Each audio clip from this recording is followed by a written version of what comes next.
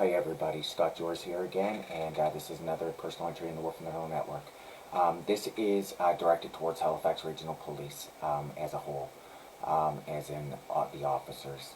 Hi.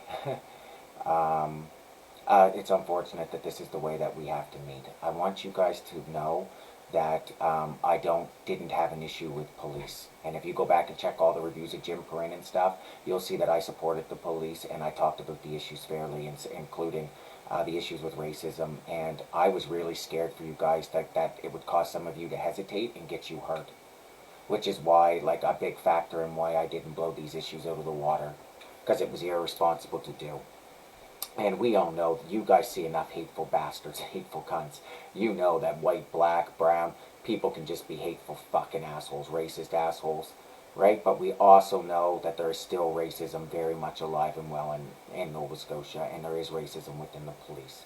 Guys, I experienced it myself. The hate that I've experienced in my life and I've seen directed towards people, and that's not to judge any of you or blame any of you, or to state that that is a problem with all police, because we know that it's not. There are a lot of good officers, and I experienced different good officers that I know were good people inside, regardless of how this goes. As a lot of you know, that you are trying to do the right thing, and unfortunately there are bad officers that put you in bad positions because they won't do their jobs and they drag you down with them. And there's very little we can do about that. Especially if you have leadership that won't acknowledge those problems and will hide from them, such as Dan Kinsella. Now, when I look at your historic vote in regards to him, I see what you're seeing, and I think, I don't know what you individually see. There are a lot of issues still with police, and you're not getting the support, and he's probably right, but not 96%. That is very clearly, you guys have some sort of problem with him.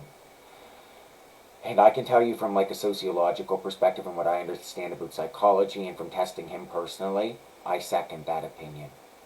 Right? These are his issues. He should never have put those officers in that position on August 2nd when I was falsely arrested. It's him who thinks you're animals. It's him who thinks you're just pigs for him to do whatever he thinks he should be able to do with.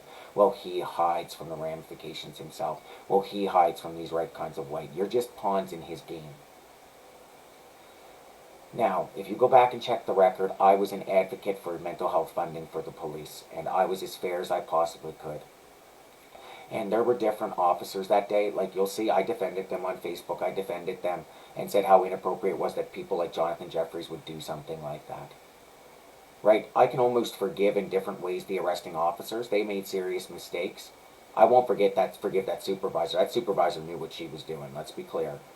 But you look at somebody like Jonathan Jeffries, and it's disturbing and it's disgusting. And to know that that there are such good officers, and then there's just such bad officers that are going to do that. Like I have sympathy for you. I do. It's not something you can just change, and you're going to take the heat for that. I understand that. That doesn't make bullying me and harassing me right. It doesn't mean that the officer who screamed in my face after I was sitting there completely calm, cool, and collected, and that admitting doctor getting up and mocking me, that wasn't right, and you know that. So there's not much that I can really do for you guys. I can advocate for you to get mental health funding. I can advocate, and express my concerns against the actions of somebody like Dan Kinsella, and I can try to be as fair as I can. I know, but there's not much I can do. And I'm not asking for you to support me, because I understand these are highly polarized issues, and you know very well that if you do in some way that these people are going to come for you. You know that. And there's not much that we can do about that. And please know that when I'm saying, if I say pigs, or use the word pig, or whatever like that, I'm not talking about all of you. And if you see somebody getting mad about that, and I'm not even talking to them, you know what that is. That has nothing to do with me or you. That has everything to do with their insecurities about who they actually are and their inability to be able to manage themselves.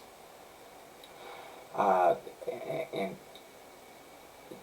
like I said, it's very unfortunate that we have to meet under these circumstances, and that, because I really wanted to help law enforcement, but unfortunately I would have helped you, law enforcement, target people like me or vulnerable people, because we're still not there yet. We're still not at that point where people can trust police, and it's not on all of you, it's on failed leadership.